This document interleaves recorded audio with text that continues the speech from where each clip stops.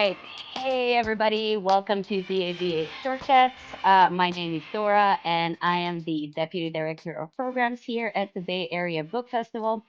This podcast is a space where we introduce some of the authors and partners who will join us for the 2026 festival in Berkeley from May 29 to May 31. Please welcome our first guest, Renee Swindle. Yay! Hi. Thank you for Yeah, having me. thank you. So, our first guest this season is award-winning author Renee Swindle, author of four books, with her latest one being Francine's Spectacular Crash and Burn, published by Tiny Reparations Books. She's an Oaklander, she's an Hey. introvert, she's a Gemini, and she will be joining us in Berkeley for the 12th annual Bay Mm. Area Book Festival on May 31st. Thank you so much for being here. Whoop, whoop. Yay. Thank you for having me. I Yay! really appreciate it. So, I chose you as our first guest because I am fully biased.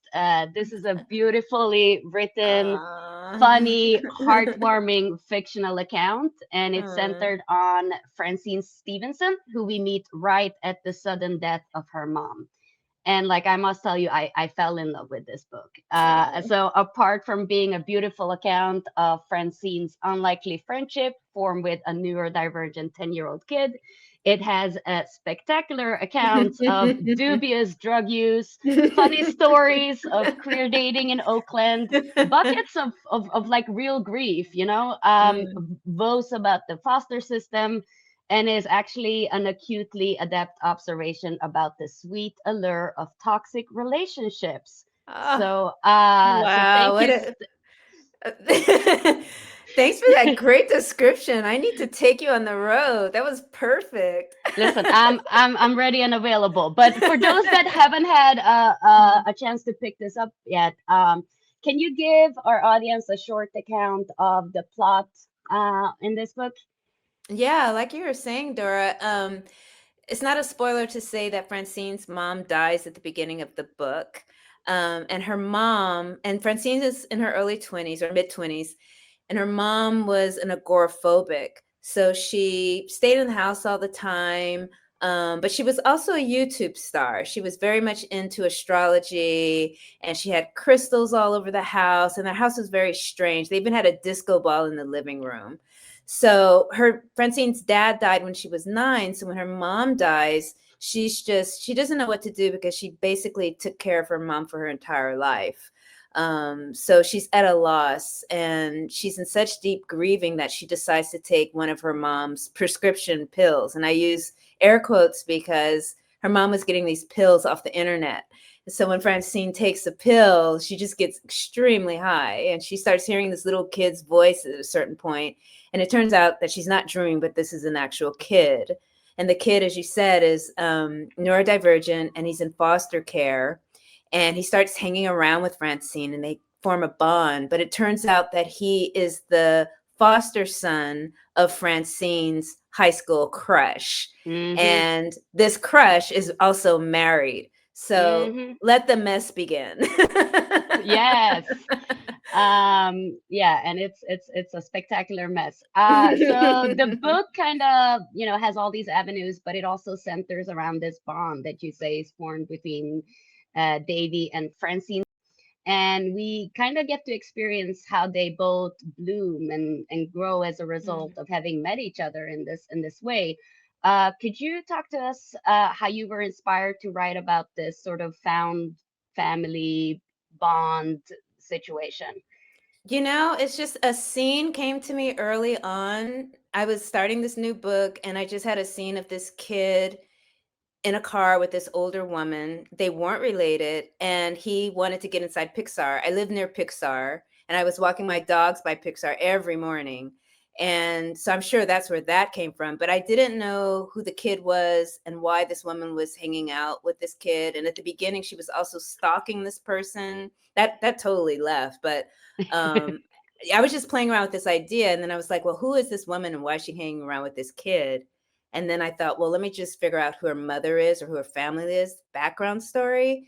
And then I started writing about her mom being this YouTube um, astrologer, and how she was bullied. Francine was bullied, and then the story took off. Yeah. That's fantastic. And that actually super ties into my next question, because apart from being this loving description of this unlikely bond, I really love the way you're depicting the East Bay, like all of the East Bay throughout the book. And Yay. I've only lived here for like 12 years, but I'm definitely in love. And you went from Berkeley Hills Mm-hmm. to, Oakland projects to Mm-hmm. homelessness, Pixar. Mm-hmm. Is there a way you choose your scenes? Is it places you love, or places that you see that spark something? How do you place your story? I don't, it's just so rich. I like, even if I move, I just can't imagine not writing about the Bay Area, because you get everything. Like you're saying, like Everything. literally I can drive 10 minutes and there's like people who are unhoused, and and then I can drive another 15 in the opposite direction as I'm in the hills, and people have, They all the have money in hella the world. houses. Yeah, hello, exactly. It's like, it's crazy. It's so rich for setting. So Yeah, I don't know. It's like there's a scene where Jeanette and Francine go on a walk, and it's like they should walk by the lake. It's so simple. yeah. Yeah. Are So, are there any gems in the book of like one of your favorite places, or just, you know, gosh, honestly, I like them all. They're all very special. And I play around with it so that I'm not so set in reality. Like I can play around with the scene, but I like to write as if I'm watching a movie. So I just want the scene to pop. So when after Jeanette and Francine go on the walk around Lake Merritt, they go up to the fire trail in the Berkeley Hills. So to keep it's just to keep myself awake, the reader awake, and just there's just so many lovely scenes. And then we can suddenly go into the city where she's working right? for, a tech firm. So it's just I just really like With that. Yeah, I love those parts too, by the way. And I was gonna say this book definitely lends itself to a good movie. So if anybody's watching is looking to, Thank you. pick it Yes. up, because it would be a banger. Um, all right, so I'm gonna switch it up a little bit, and I'm gonna give you a round of quick questions, okay? Oh, okay. All right, so drug of choice, no more anxious, or for very good sleep? Oh, that's wonderful. Oh, wow. No more anxious. I sleep well. I sleep pretty good, so I would want to try the no more anxious. No more anxious sounded pretty darn good to me too. All right, favorite Housewives franchise? You know what? I don't watch The Housewives. I knew I this was coming. I'm so sorry. I put I that in. still had to ask because I had hope, but now I know this is never gonna. So okay, One of but my closest friends is obsessed. And even though I feel like I follow them because of him. okay, And it's like I did watch New York for him, and another one I tried to watch, but he loves it so much, and I thought it would be a great bonding for Jeanette and Francine. So that's why I use that. okay, all right. Would you rather decorate your house with a disco ball or a Medusa head? I love this so much. Oh my gosh. I think the Medusa head. Okay, yep. And finally, Star Wars or Star Trek? Yo. Star Trek, yo, come on. All right. And for those of you who kind of got lost in this a little bit, if They're you like, want to what? know why I asked these particular quick ones, you're just going to have to read this book. It's actually out now, and you can read it or listen to it performed by the amazing Bonnie Turpin. Yes. Speaking of the audiobook, have you listened to your book as a Yes. narration? Everyone says that it's great. Oh, so good. I mean, she's a star, but this Yeah. book particularly lends itself to her. Yeah. Yeah, I was But dreaming that she would read the book, and they just by chance asked, like, would you want Bonnie Turpin to read it? I was like, that was my dream. And when they asked that, I was just like, oh my gosh. So, But I have had these voices in my head for as long as I've been writing on the book. I can't get myself to let it go, even though everyone Mm, says she's great. I know she is, but I yeah. haven't listened yet. No, Okay. Well, it's just a that would have, weird yeah. thing. Yeah, that's kind of what I imagine. I'm like, it's gotta be weird that you give birth to something and then somebody just takes it, and Yeah, it's yeah, almost like somebody making a movie out of your work, even if it's the yeah, same words. So yeah. yeah. So All right, so speaking about dreaming, I love how this is really coming together. I I know. saw your interview with Phoebe Robinson at Tiny Reparations Book on the day your book got published, Mm. and I really love this story. So could you tell us about having manifested this publishing opportunity with a vision board?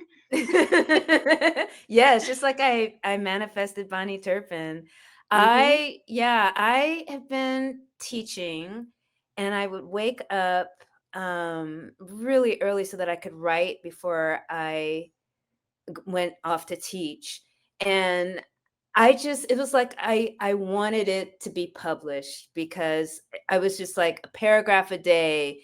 And the only way that I could really start to believe that it could happen was if I did what they say and made this Pinterest vision board. So I put Phoebe on there and Tiny Reparations. I had like a couple of other publishers, Bonnie Turpin, and I would just like, I would even write like, this book is published, this book is published, just as the way to sort of cheer myself on, because no one wanted a book by me. No one was thinking about me, you know what I mean? So that's what I would do every morning. And so it was just like surreal when I had that interview with her on Instagram. It was just, I just kind of went crazy fangirling. Listen, Uh, so on that note, our festival theme for 2026 is writing the future. So, manifesting, thinking about the future. And actually, Phoebe is one of our headliners. So she'll I be coming here didn't and she will know. be talking about the future of publishing and the Oh my importance of gosh. like actively shaping who and how we are publishing in order to make it a more equitable and favorable representation across genres and audiences. So you can start manifesting that, author party drink meetup. But Ah. on a serious note, what does it mean for you to be published by an imprint that's so devoted to doing the work? I mean, I know you said nobody wanted you. I have a hard time believing that. Let's But see. if somebody's gonna want you, does it make a difference for you what imprint this is? Well, the editor there and the people there really got the book like no one else. I would imagine there was another publishing house that came close to wanting the book, and I don't know if they would have given it the care that it needed. It still needed another draft or two, and I don't know. It's just the support there has just been so stellar. So I kind of I and when I've been with other, not, I love being published with other places, the care, it just wasn't there. It's just kind of like I was just another author in the mix, if that makes sense. But this was very one-on-one kind of feeling, yeah. All So it was right. great. It's a Yeah, great house. we love to see it.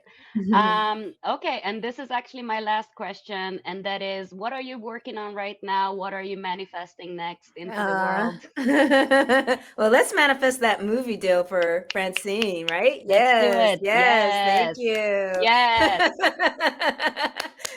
Oh, you're the best, Dora. Um,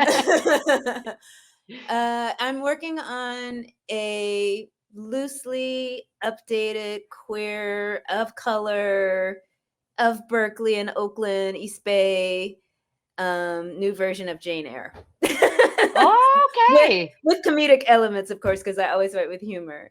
Yeah. So I I know mean, that that sounds a bit sounds. all over the place, but I just barely started, but that's the goal. No, I mean, one of my favorite parts is when she goes on those couple of dates. I mean, it's just like I was laughing so hard and it felt so, I don't know, like just beautiful. So if it's more of that, I'm super here for it. So, Excellent, because it will be.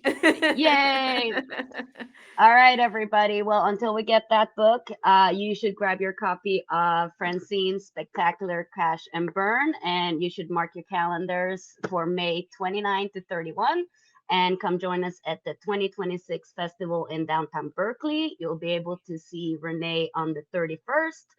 And I have to say this, please keep in mind that most of our programs are free, and 84% of our budget is made up from donations of all sizes from viewers such as you. So if you like what we do, and if you can, please support the work by going to babofshort.org, click that donate button, and anything helps. So thanks so much for watching, for supporting, and see you all soon. Thank you. Bye. Bye.